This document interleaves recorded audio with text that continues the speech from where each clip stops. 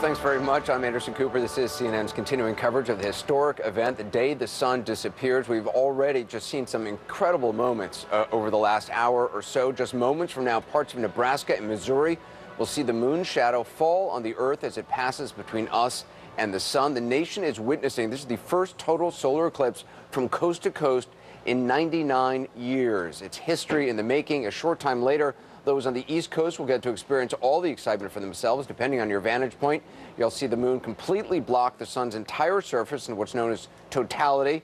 Obviously, do not forget to put on your special eclipse glasses. Let's begin with our CNN's Chad Myers. Chad, we've already seen just some incredible moments as a number of places have reached totality.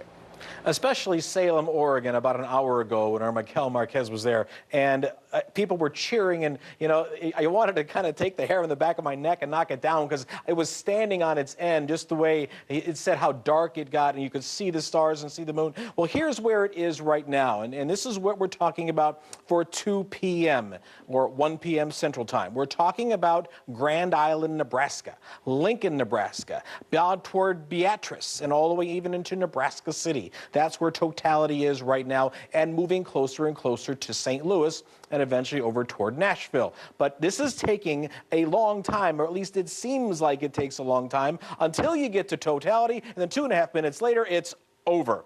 But the totality is what it's worth waiting for. The sun is going to be getting better, coming out stronger as soon as we leave St. Joe, Missouri, get toward Columbia, Missouri, and parts farther to the east. By the time we get to, I would say, Knoxville or Nashville, completely sunny skies, and so we're going to continue this for another hour and a half before it finally moves completely offshore. The shadow, Anderson, is right now moving at 1,700 miles per hour. The shadow's 70 miles around, but it is hauled in the mail across the United States right now. That's just incredible. Millions of people obviously able to witness this firsthand. We're going to be showing it to you all over the next hour and a half. We have reporters stationed throughout the country, of cameras in a lot of different places. CNN's Stephanie Elam is in St. Joseph, Missouri. Some bad weather there. What's happening where you are, Stephanie? Anderson, the most amazing thing happened. Like, there is this tiniest, most infinitesimally small hole in the clouds. It opened up just in time for us to see the eclipse. And totality is hitting right now. The light is changing. People are cheering. They're so excited because the clouds the rain stopped and the clouds opened up right now. If you were to look up and put your glasses on, you can actually see the eclipse. I mean, it's amazing, Anderson, because I was standing in the rain. Like, the top half of my shirt is completely wet. It stopped just in time for us to see total eclipse just about. We have a couple more minutes to go, but it was enough here that the people who stuck out through the rain started to cheer, started to clap, applauding the clouds to get out the way for just that little window. Outside of that, you can see the light has changed here, and that alone is beautiful. You start to see the dynamic change. The kids are out here. This gentleman here was clapping too for the solar eclipse to happen. Can you give me a word to tell me how this feels right now? Awesome. Awesome. I saw you clapping. I saw you guys clapping. What are you thinking? What are you feeling? This is great. This is great. Awesome. Worth it? Oh, yes. Totally worth it. So, Anderson, as you can see, people are all still gazing up just to get a look, just a peek of an idea of what this total eclipse will look like here from Missouri. People sticking it out. We saw people leaving here just 15 minutes ago because the rain was coming down so hard. But you can see right now, if I look up through the clouds, I can see the eclipse. It is amazing that this is happening right now, and the clouds are completely covering the sky except for that one hole. It's really quite phenomenal. I can't even tell you how excited people are right now, right here. It's also so exciting, Stephanie, because, I mean, I've been watching over the last half hour with the bad weather. Some folks were even leaving, so clearly those who have stayed have been rewarded for their persistence.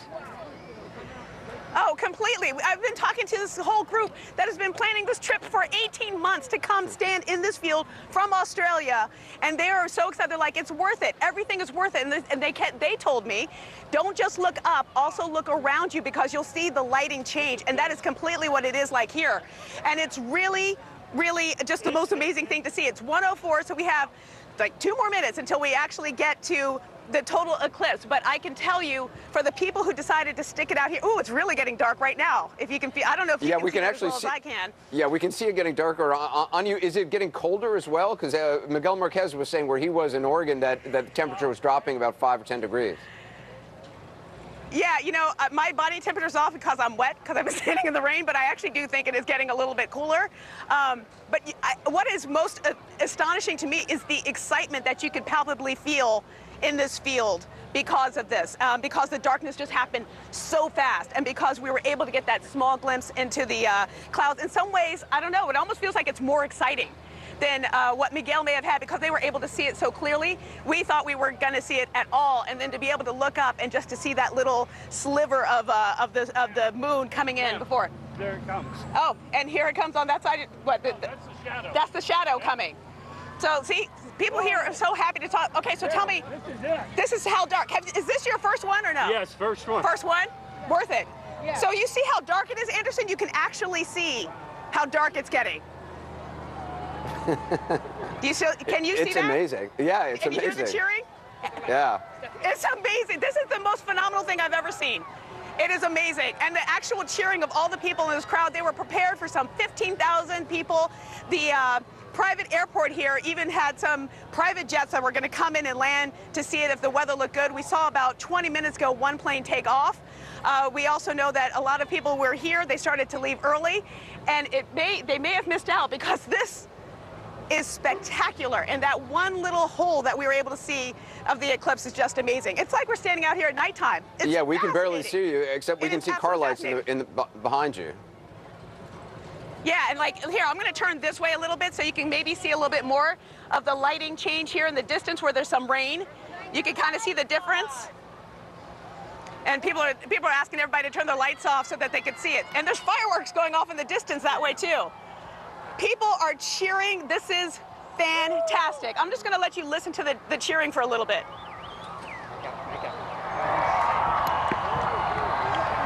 It's a huge payoff after all the rain and the clouds. We didn't think we were going to get to see it at all, but this is spectacular. It's beautiful. Hey, Stephanie, about how many people are there, do you think? Oh my gosh, right now you can actually see. Oh my gosh, it's really exciting. Right now through the clouds, you can actually see the eclipse. I know I sound like a little kid, but there's very few things when you're my age that excite you this much. And this is pretty darn exciting, Anderson. I mean, It's spectacularly beautiful. To be there must be extraordinary. Even to watch it on TV when it was happening in Oregon, I jumped up from my seat to get a closer look on the screen. Yeah, I mean, there's few things, right, when you're this age. Oh, can I show this? Greg, come here, I'm a photojournalist. Greg, come take a look at this. He got a shot. I don't know if you can see this. This gentleman here, where are you from, sir? Topeka. My brother and my sister-in-law are from Austin, Texas. Okay, so from Topeka, so you made a shorter drive than some of the people that are here.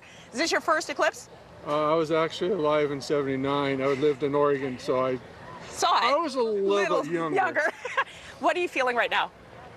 Oh, this is unbelievable, because I really don't remember the '79 one. I'm probably going to head for 24 down to Texas and see the one down there. And see, this is what I've been hearing from other people too, Anderson. It's starting to lighten up again in the sky. Once you experience one solar eclipse, you kind of get addicting, and you start traveling around. Like the gentleman Sandy that I was talking to from Australia. This is like 4th or 5th, I think he said it was. And so he has been traveling around following it, and it's now starting to get really bright again here, coming from one side. Come on! People cheering for Mother Nature here, the celestial beings. But as quickly as it got dark, it is now starting to get light here again. Absolutely phenomenal, Anderson. Stephanie, just incredible to watch you. And it seems to be passing, because the light is obviously getting it's getting brighter now. Moment. It's starting to get brighter. You can start to see, if you look out behind me, it's like otherworldly. I can still see fireworks going off in the distance. So in Missouri, they're having a great time with this, with the darkness and taking advantage of it. But yeah, it's happening quickly. I can see the light coming back quickly now. There it is. Look. Oh, there it is. You can see it again. You can see that. You can now see the light coming out on the other side of the moon, and just barely through this tiny little hole in the clouds, just giving these people here just enough to enjoy this. Here it comes. There it is. And so for the payoff for the people who planned so hard and so long to be here, I know at this airport, they started planning this 4 years ago or so to make this possible. And for the people who've been planning for it, bought their tickets to fly here, I talked to one group of women that flew here from New Jersey. To have this happen and for it to still have that payoff is a huge deal. It's something that, you know, most Americans can revel in. And here in the path of totality, I think we had the worst weather, but we still had a really great time. Stephanie, thank you so much. I want to bring in David Dvorkin from the Smithsonian and also Adriana Ocampo from the Science Mission Directorate who are joining us. We're still watching now. Blackwell, Missouri is where we're next going to be showing you the totality. Also, Chris Hadfield is an astronaut, is joining us as well. Chris, have you ever seen in person a total eclipse like this? I wish I'd had the chance to see a total one. I've seen partial eclipses, and it was really interesting for me as a young person to see that actually happen. I held up the little piece of tinfoil and watched the sun be covered partially by the shadow of the moon, like so many people are across North America right now. And it really made me think, you know, it made me picture it all as nothing theoretical, but something real, the sun and the moon and the earth and my place in that.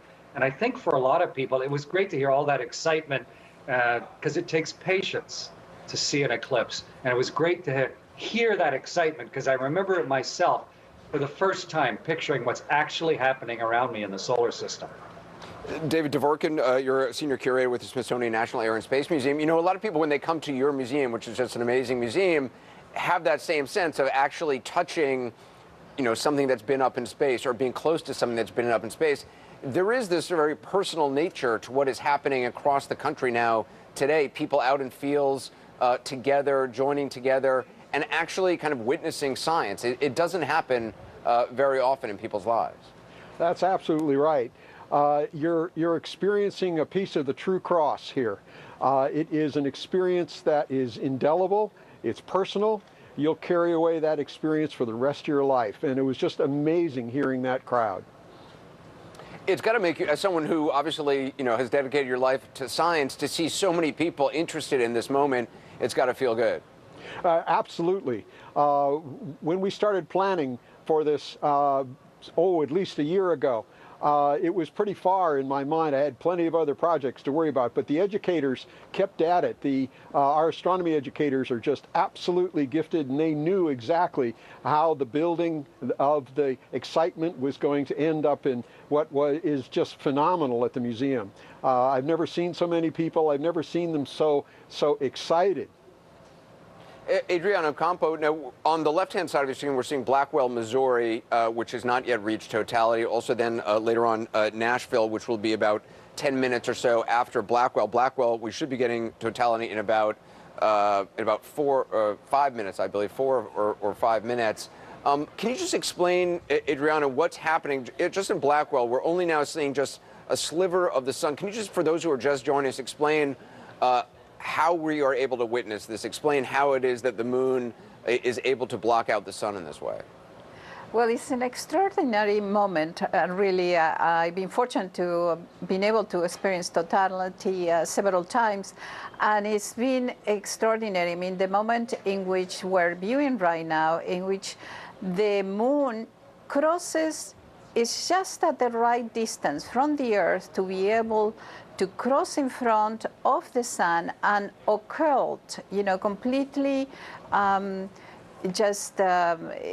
know, the sphere of the sun, we cannot see it anymore. And right now we are in those precious moments just before the moon is completely occulting the sphere of the sun. And the important thing is when that happens, then we can get to study the deepest part of like what we call the corona of the sun that is not easily visible. So it's very significant for scientific investigations.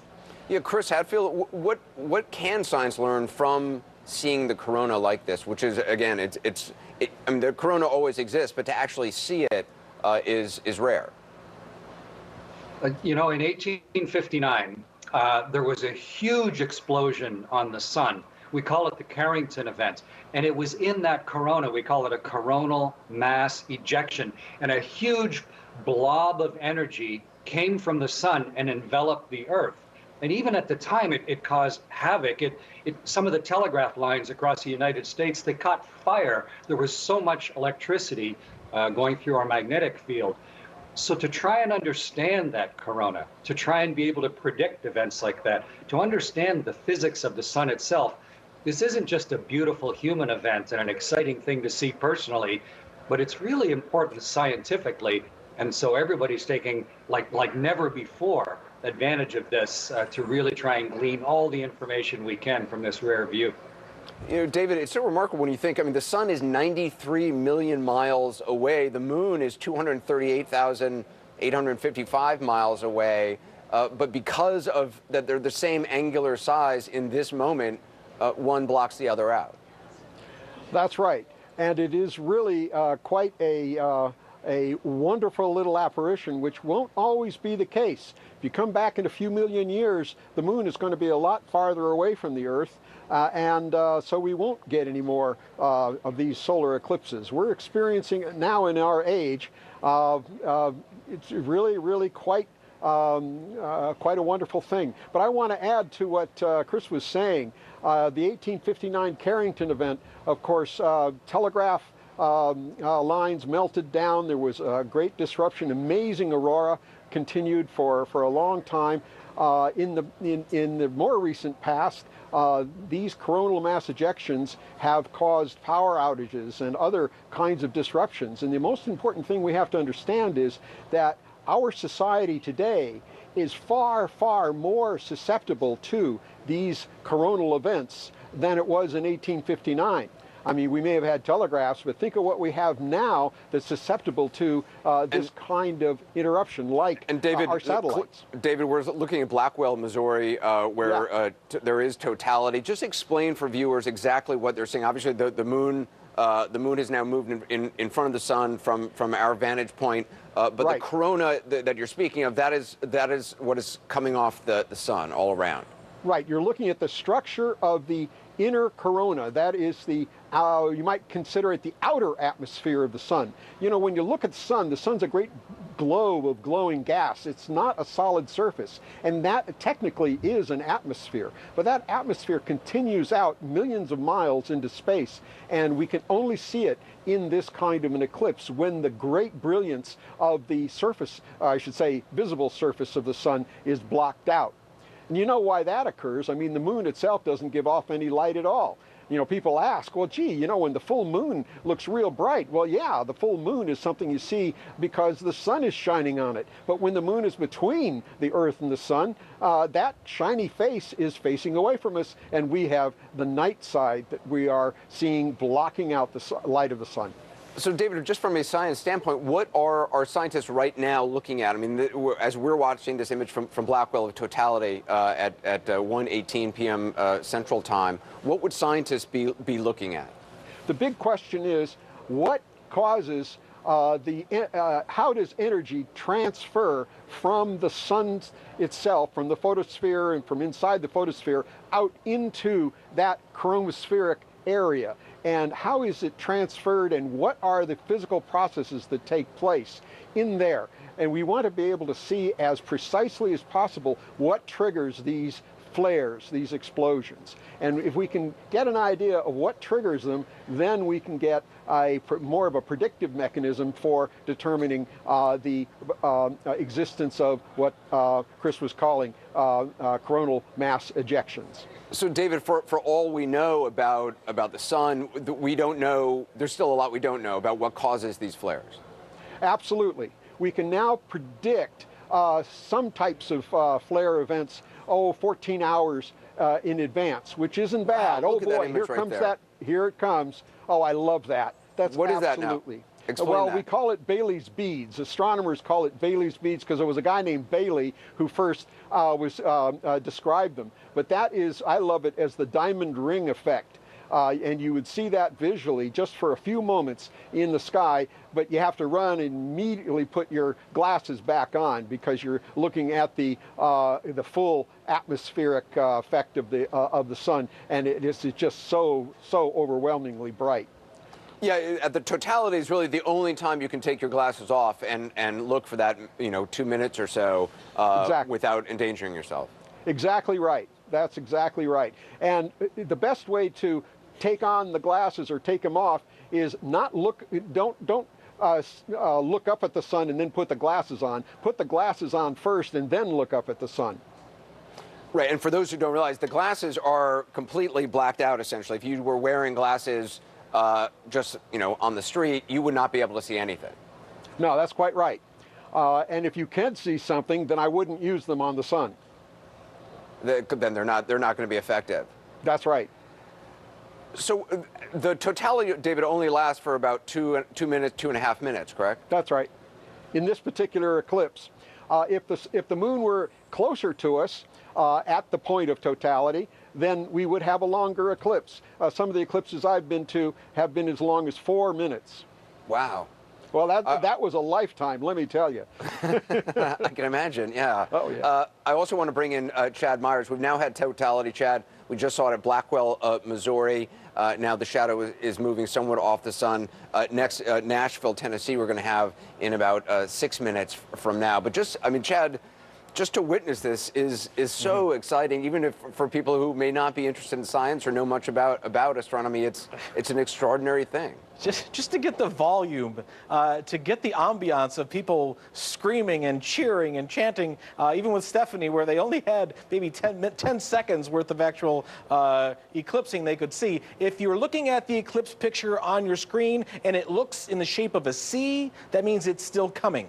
If it looks the opposite way, that means it's already over. But I want to get back to what the good doctor was talking about these eclipse glasses.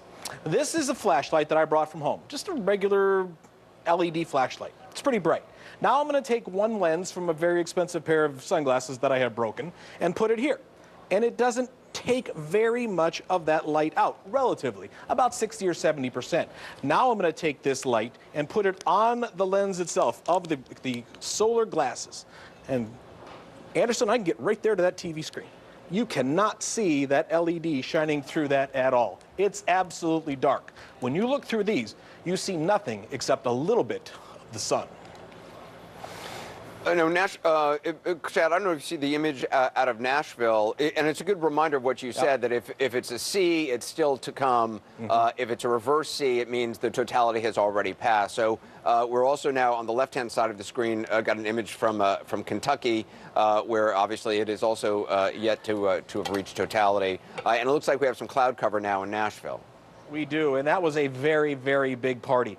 Just about maybe a week and a half ago, I tried to book a hotel room for one of our other meteorologists here in the building in Atlanta. The closest hotel room that was available 10 days ago was 40 miles from Nashville. The entire city was sold out. So this is an event, and also a financial event for some of these towns that never see this many people. Obviously, Nashville sees a lot of tourism, but some of these towns like St. Joseph's or Carbondale, Illinois, don't see this many people in a given year, and they've had this many hotel rooms sold out and other things sold out for weeks or sometimes months and years in advance. You can see the crowd in Hopkinsville, Kentucky, where it looks like they're just about to reach totality as well. Let's see, do we have sound on that? Let's see if we can hear in. Listen. Wow, it's getting closer.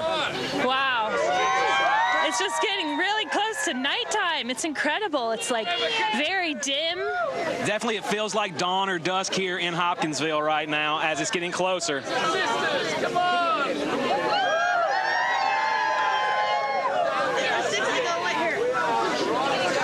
And you can see on our feed, there's that tiny, tiny little sliver left to go.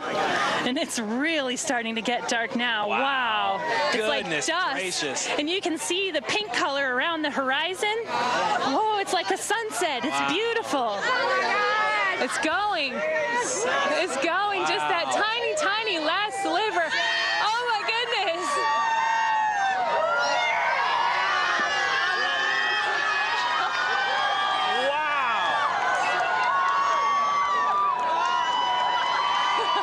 And we are in total solar eclipse, and this is absolutely breathtaking. Yeah, you can see the corona, that beautiful white wispy crown coming out from the sun in all directions. And we can see airplanes, and I think I see Jupiter in the sky over there. I think I can see Jupiter. Wow. And I see other planets too, and stars. I can only imagine in ancient times what this must have been like. I know. Out of nowhere. I am covered in head to toe in goosebumps. A complete chill. I know, I am too. Body. I just can't believe we finally got a chance to see it. I mean, it's one thing to read about it, but it's another thing when you get to see it yourself with your own eyes. Guys, we're going to take a break here just a second. We're going to step back and fully enjoy this and hope you enjoy our feed on the telescope. I want to bring in our Miles O'Brien. Miles, as we watch this extraordinary moment of totality from Hopkinsville, Kentucky, what goes through your mind? We just had the experience of totality here in Irwin, Idaho, Anderson. I've seen an annular eclipse before, back in 1994, and covered that for CNN and enjoyed that. But there was something about this, and I'm not usually at a loss for words. I'm having a hard time coming up with words to describe what I experienced. You know, obviously we've all seen these pictures and videos over the years of what an eclipse looks like, what the corona looks like. It was the combination of that sight with through protection, of course. I was using number 14 welder's glass. By all means, people use protection to look at it. But then when I took it away during the moment of totality, it was the visual experience coupled with all the other senses coming at you that just weren't right. Here it was, the middle of the day, little afternoon, the sun high in the sky, hot as it can be. The temperature dropped about 20 degrees, and there was this, before it happened, almost this kind of bluish light, which was surreal. I can't really explain. I've never seen light quite like that. And then it got instantly very dark, and everything about your it must be like a deep limbic brain thing is telling you something very wrong is happening, almost a fight or flight response. In a sense, in a primal way, you're saying to yourself, this is just not right. And yet, the minute it was over, all I wanted to do was see another one. And Miles, just this moment right now from Hopkinsville, Kentucky, where the sun is we're starting to see the shadow move to the left, and the sun, the flares are just coming out. It's such an extraordinary moment. The cameras always have to readjust because obviously the flares grow in intensity very quickly. You know, the corona there's a lot of scientific interest in the corona because it's actually hotter than the surface of the sun itself. No one knows why that is. The corona is what generates solar storms, which can wreak havoc on our power grid and on our satellite system. But what it was really for me, and what it is for those people just now, the sense that they're just cheering it, is it's just beautiful. It's just gorgeous. You're seeing the sun like you've never seen it before. That corona is there every day of the week, but you never see that, and it extends many diameters farther than the sun itself, and that's what amazed me. Yeah, it's incredible, David Dvorkin, as we continue to look at this image from Hopkinsville and just now starting to see some more of the sun, to realize that the corona is there all the time, but we're unable to see it. That's right, but what's really exciting is just over this short period of time, watching it from the West Coast here, and that's something, by the way, I've never seen in my life, is watching it in progress over this amount of time, why the chromospheric activity, the prominences that we saw out in the West Coast, we don't see now on the East Coast, and that means that the sun changes very, very rapidly, and we want to be able to get a close-up shot of those changes during the eclipse time, and that's what is so exciting to see, is that change over short periods of time. And you really do. I mean, it's been commented on today, David, but you think about, hundreds and hundreds of years ago, before people really knew exactly what was happening in parts of the world where people didn't know what was happening, to just think back what that must have been like for people to suddenly see the sun blotted out. Absolutely. I mean, there's plenty of legends about how there was a war between the Lydians and the Medes, and of course a solar eclipse just happened to take place, and they thought, my God, there's a message, we better stop fighting because somebody's not happy. But more to the point, the first coronal records were drawn, in the 10th century, although I'm sure that they were seen before then. But after that, everybody was wondering, well, what is this corona? Does the moon have an atmosphere? And by the 19th century, it was pretty clear that it really wasn't the moon's atmosphere, it was the sun's atmosphere. And so it became an extremely important thing to study.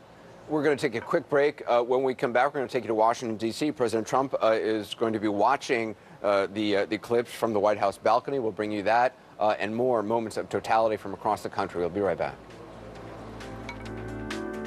Coverage of the eclipse is proudly presented by Volvo and the all-new XC60.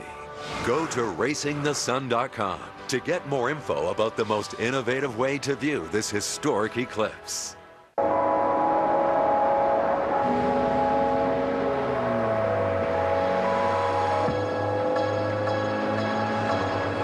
Feels good to be back.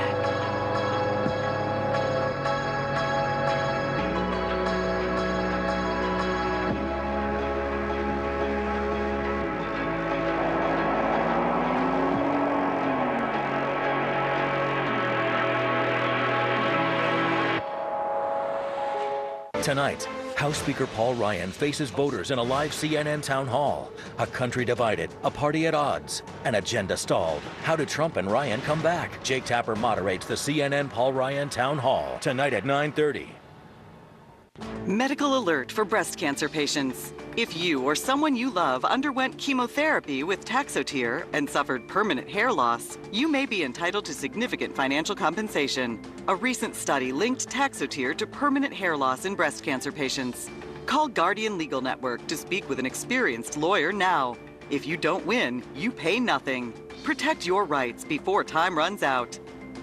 Call 800-853-6107. If you are age 85 or younger, a final expense policy for seniors can pay up to $30,000 for funeral and other final expenses. You don't need a medical exam, and you can have lifetime coverage. Your premiums won't increase, your benefits won't decrease, and the policy cannot be canceled. To receive free information about final expense plans from a licensed agent in the Angel Care Network, call now. Call 800-817-5062. This is CNN, the most trusted name in news.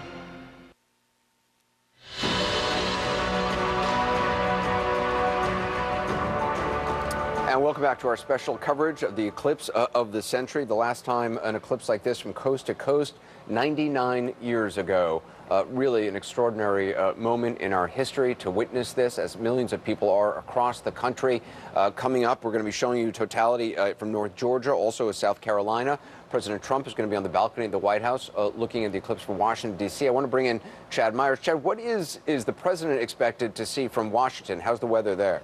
You know, likely about 80%, weather's going to be good, likely about 80%, which doesn't give you that darkness, doesn't give you the cheering that you hear from the people that are actually in totality. And I'm just getting so many Twitter questions. I want to get to this, Anderson. Why is this eclipse going the wrong way? The sun is moving from east to west. The moon is moving from east to west. How in the world can this eclipse be going in the wrong direction? Let me take you back to a couple of hours ago. The sun here rising in the east, the moon right here, and that shadow over Oregon. About half an hour ago, the moon here, the sun here, that shadow right over parts of Nebraska. As we move you ahead to about an hour from now, this shadow now will be all the way over Charleston, South Carolina. So in effect, the shadow is going the wrong direction. Although, if you ask an astronomer, it's actually going the right direction because that's how they go. So here's where we are right now. At 2 o'clock in the afternoon, we were somewhere over Grand Island, Nebraska, now moving over Nashville, although some cloud cover affecting Nashville's view right now. And then over Knoxville, and then over Charleston, and eventually out to sea. And in fact, there's a cruise ship in the ocean waiting for the eclipse as well, just sitting there in the middle of the ocean, waiting for the sun to get blocked by the moon. Anderson. You know, Chad, I keep thinking back when the first place we saw this in Oregon, Miguel Marquez was there, just the gasps from the crowd. I mean, there were, people who knew what to expect. They obviously had been, waiting a long time to see it, but then to actually witness it in person, it literally, it took people's breath away. I think Miles O'Brien really hit the nail on the head, where this is otherworldly. This isn't supposed to happen.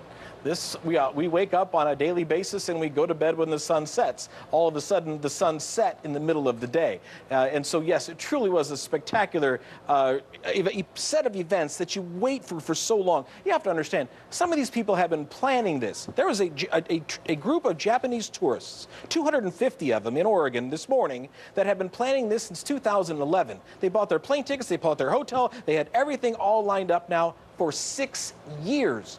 And for it to actually happen, and without cloud cover, that's a pretty major event in your life. Yeah, Miles O'Brien is also standing by. Miles, we're looking at an image from Blackwell, Missouri, where totality has already occurred. But even afterward, I mean, again, it is just such a startling image where you still see the shadow of the moon over the sun. Yeah, no, it's interesting because you get to the point of totality, and then you're getting basically the mirror image, a repeat of what you've had in the run-up, and people kind of walk away and go grill a burger or something like they're doing here, but it's still very cool.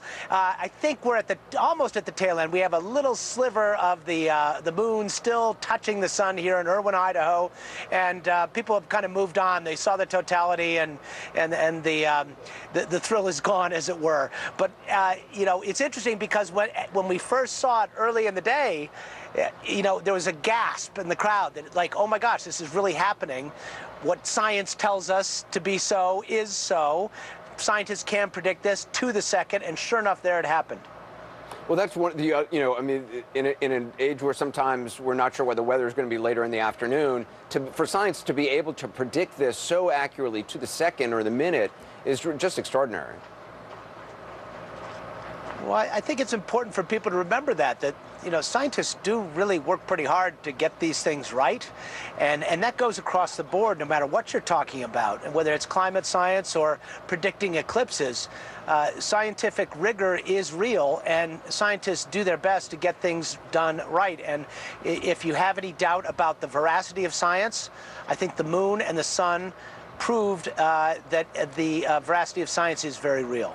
Yeah, you're seeing on the right side of the screen Mount Pleasant, South Carolina. That's the view from there. And as Chad helpfully pointed out before, if it looks like a C, it means the totality is yet to come. It is still coming. So it is still coming into South Carolina. We're going to show you from the Isle of Palms in about 10 minutes or so, the totality there. We'll also want to show you in Washington, D.C. when President Trump is on the balcony to see what he can see. I want to go to Kaylee Hartung, who is in South Carolina. Kaylee, where exactly are you and what's the scene?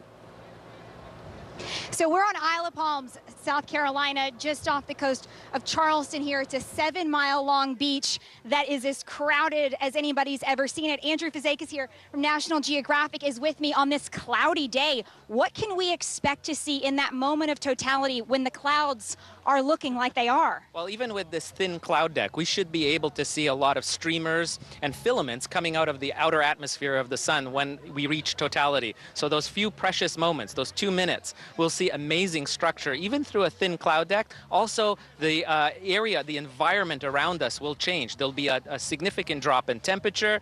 There'll be a darkness, like evening twilight. And through the holes in the clouds where you see blue skies, you'll even see some stars and planets. And you're holding onto those glasses tight. Even with this cloud coverage, how important is it to have those handy for this? Very important. It's very important during partial eclipse. As long as you can see some of the sun, you must use protective eyeglasses. But once we reach totality, at that point you can take them off, and while the sun is completely covered, you can safely see it with the naked eye for those 2 minutes. What about animal behavior through the eclipse? Definitely. There are a lot of anecdotal evidence of wildlife, animals behaving very strangely during those precious few moments of totality. So we're talking about seeing birds going to roost, crickets starting to chirp, all kinds of things. There's even in the ocean, they've seen whales and dolphins breach, and even as if they're looking at the totality for those few precious minutes. Well, we're about 10 minutes away from totality here at Isle of Palms, South Carolina, as everybody is looking skyward in anticipation of something special. I'm starting to feel the temperature drop. We are starting to see the cloud get a little bit darker. I'm going to grab my glasses and get out there to get a better look. All right, Kaylee, we'll come back to you shortly. Obviously, left side of your screen, there's President Trump at the White House, waiting to witness this historic event. Caitlin Collins is at the White House for us. How much cloud cover is there? I see you got your glasses on. Can you actually, are you going to be able to see a lot, do you think? It's actually getting pretty dark here right now, Anderson. Everyone is outside right now. I think that's because you're wearing glasses. Watching this eclipse, waiting for it to happen. We're going to get our total coverage here any minute now at about 2:42. We're only going to get 81% coverage here in Washington, but the president and Melania Trump and some members of his cabinet, including Attorney General Jeff Sessions are all heading out on the south lawn of the White House right now to get a glimpse of this eclipse right now. We know Ivanka Trump posted a photo with her glasses earlier, and we know that NASA brought some over here to the White House for some of the White House staffers last week so they could watch the eclipse today. So the White House is dark today, Anderson, but it has nothing to do with the Trump administration. And we can see on the right-hand side, Mount Pleasant, South Carolina, where they are still just a few minutes away from being able to witness the totality. You see that distinctive C shape, meaning it is still to come. President Trump there waving to folks out on their lawn in front of the White House. Again, just a few minutes away from the president actually being able to witness the view from Washington, D.C. We also have joining us is David Dvorkin, Adriano Campo, Miles O'Brien. David Dvorkin, just in terms of how long the totality lasts, I mean, we keep saying it's about 2 minutes, 2.5 minutes. Is it the same for everybody across the entire country? No, it will vary. In this case, it'll vary from about 2 minutes to about just under 2 minutes, 30 seconds, approximately 40 seconds. So that variation isn't too much. It's a question of the angle of the shadow and the angle of the surface of the Earth and how fast the shadow is traveling. And it travels between 1,400 miles an hour and down to about 1,000 miles an hour, depending upon that oblique angle. And Chad, I mean, for people who certainly are, hope that this kind of ignites new interest, especially among young people in science, that to have so many people turning out for an event like this, it certainly does make it an exciting event. It makes it sort of a whole new generation, people perhaps interested in astronomy. Well, since we've, lost the shuttle program, and for that matter, lost the moon, kids that I grew up with in the 60s and the 70s were anxiously waiting for the next Saturn V to go off, and the Apollo 15, 16, and how far do we go? And we've lost that. We've lost that sense of adventure, and this, I believe, brings back a sense of science, a sense of just the truth of how it was down to the mile. They knew the exact path of this down to the mile. And so we're talking about the 2 minute, 30, 2 minute, 40 second totality, but that's right along a single line, only 1 mile wide.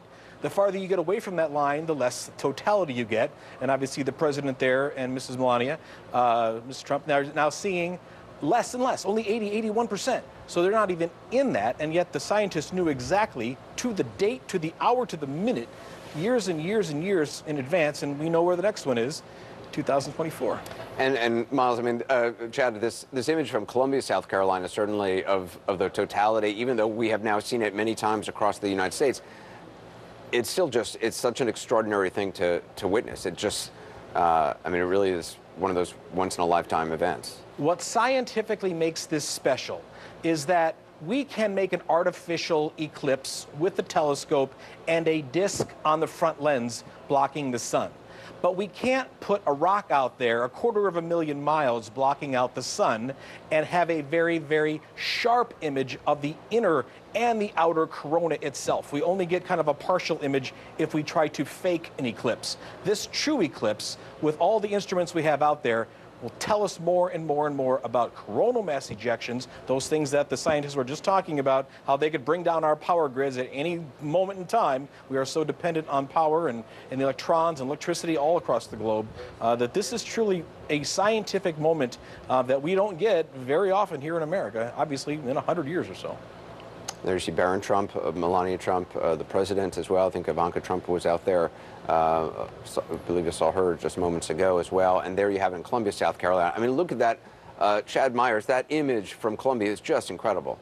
It is. And what we're seeing here now, the diamond ring, the bright sunshine, before that, the outer part of the moon, the moon's shadow, the silhouette, on the outside of that is about 1,000,000 degrees. Almost 1,000,000 degrees warmer than the rest of the sun itself. And we don't know how that happens. We don't know how that sphere around the sun gets so much hotter than the boiling gases on the planet of the sun, on the surface of the sun, because there truly isn't a surface because it's a gas. But we learn more and more every time we see this. And now that we actually had a plane, with NASA had a plane, a couple of them, flying along under the moon itself for as long as it could to get a longer view of that, and obviously at 50 or 60,000 feet, uninhibited by any kind of atmosphere or cloud cover. And Miles, I mean, that moment when the sun starts, the flares, the side of it just starts to break through is so extraordinary right now. Yeah, it's quite a sight to see, and understanding that coronal mass ejections and the corona and the solar storms is of great importance, as Chad points out. But this mystery of why it is hotter than the surface itself has its own scientific validity and pursuit. Scientists are just curious why that is. Understanding that might help protect us as well here on Earth. And let's go back to Kaylee. Kaylee, you're seeing this in the Isle of Palms. How's the view from there? Well, Anderson, it has been cloudy all day long here, and just in these moments leading up to totality here, the clouds are parting. It has been an incredible sensation. You can feel the temperature dropping. You can see now as I take my glasses off and actually look around how gray the sky is beginning to get here. It is just incredible to see this many people having this shared experience, all gazing up at the sky as the wind blows and these clouds part to all show us something special. Let's just listen wow, into we the are crowd. nearing totality here. Yeah, let's listen into the crowds and see hear their reaction to the totality.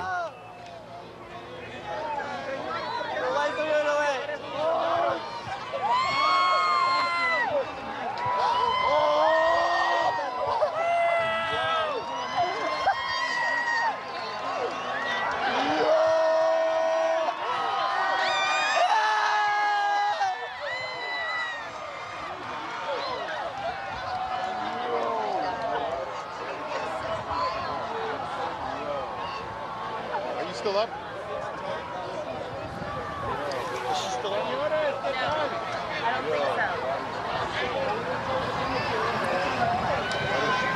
We just want you to be able to see the sights and obviously just hear the sounds as the people who are there are hearing them.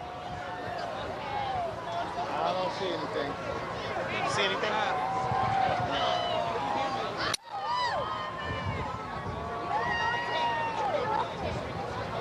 You see anything? Yeah. Take your glasses off, look. Oh, man, that's nice. Wow.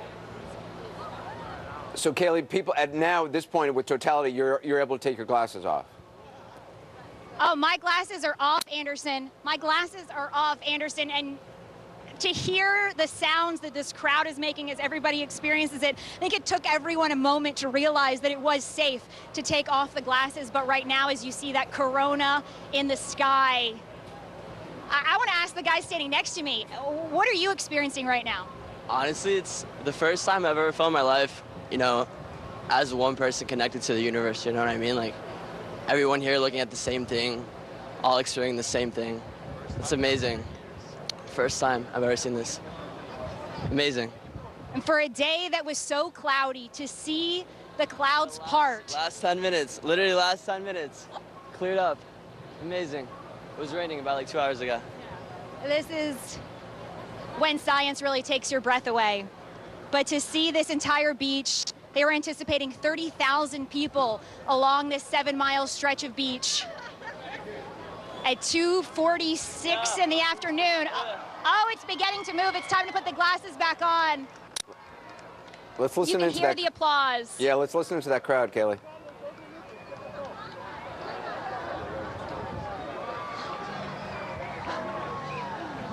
Yeah.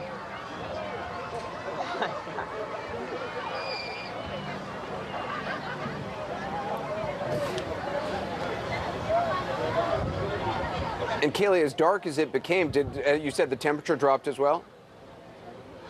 The temperature did drop, Anderson. You could feel a breeze pick up. In South Carolina, it's nothing wild to feel the humidity here, but the coolness of the wind was something different than we've experienced the entire day here, just in those moments when the sun's light was covered. It is absolutely wild to now see the blue return to the sky as the eclipse continues to run its path. It's a pretty spectacular feeling to know you're among the last in the United States to experience that last bit of totality. as the eclipse continues to run its path. But you can hear the applause, the screams. You heard the emotions that this fellow next to me expressed. Amazing. It's like the world just stopped for a little bit and everyone just was just seeing one exact image of the universe. And you travel here from Washington, D.C. to experience. Washington, D.C., yeah. I used to get off work last night and just came right over here. Had to see it. Amazing. Worth it. Every second. Mm-hmm. And now, as if it couldn't be timed any better, the clouds are covering the sun again, just like that. Amazing to see how it could work out in all of our favor to be able to experience that. Okay, I'm glad we were able to share that with you. This is the first total eclipse across from coast to coast, Pacific to the Atlantic, in 99 years. It was wise of that young man to leave from work and to be able to witness. It's not going to happen again until until 2024, April 4th, 2024. And Miles, again, we're continuing to follow this. How far out will people be able to see this? I mean, ships on the off the east coast of the United States. Do you know? I mean, how far can people witness this? I think, yeah, it will go on for quite some time into the sea if you're out in a ship. I don't know exactly how long the path lasts before it dissipates. You have to have that alignment of the new moon and the sun in a certain time frame. So eventually that alignment will go away. But I think there's going to be if you're out a yacht out there or on a freighter, you've got a shot for sure. And David Dvorkin, so the next total solar eclipse is going to be April of 2024. Is that something that's going to be as widely seen as this one, coast to coast? That's right, but it won't be coast to coast. It'll be from Texas up into Maine. And there are plenty of people who are going to be along that eclipse line. The eclipse line is actually slightly larger because the moon is slightly closer to us. And so I predict that it will be every bit as exciting as this one has been. But I have to say that some of the reactions of those people on the beach were just marvelous, talking about the universe being right here.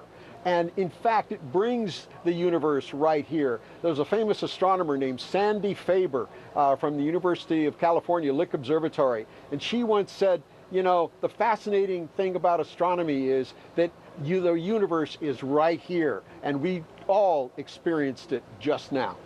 Yeah, I mean, it's such a good point, David. You know, with the sun so far away, even the moon so far away, hundreds of thousands of miles, to see it in such a personal way, to feel I mean, this is one of the few moments you can really feel connected to it probably in one's life.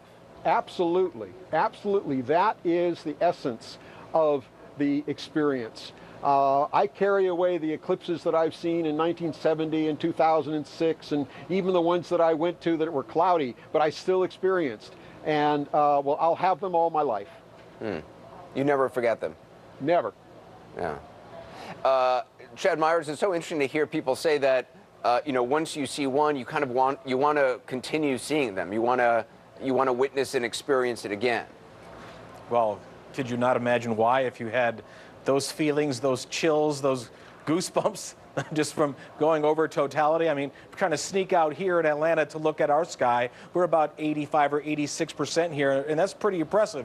But that's not 99 or 100 that those people did feel there. And we're talking about the next event that happens in 2024. In fact, it takes a line almost from Dallas to Buffalo as we take a look at it. Magic 2, she said, yep, there we go. And here is the eclipse we had today. And here is the eclipse we'll have in 2024. And right there, Carbondale, Illinois. You get them both. Book your tickets now, is that what you're saying? That's right. Although, you know, I mean, it's amazing, Chad. You had people trying to figure out the best place to witness this, and then, you know, the luck of the draw, some clouds were in some areas in Nashville and elsewhere. But I was really impressed by and just kind of surprised by, even in places where it was cloudy, it seemed like the sun would be able to peek through even for a short amount of time. So even those people didn't feel too disappointed. That's exactly right. What happens during the afternoon in the summertime, especially where there's humidity, Midwest, you know, Southeast, is that you get the clouds to bubble up. And they bubble up because the air is rising, because the air on the ground is warm down here. If you take away the sun, what happens? The cool air comes in instead. The clouds collapse and go away, at least briefly, during that shadow period. And so you get clearing of the skies where you thought you had no chance whatsoever. We're going to take a quick break. We're going to take you to a cruise ship where Bonnie Tyler is actually performing Total Eclipse of the Heart. We'll be right back.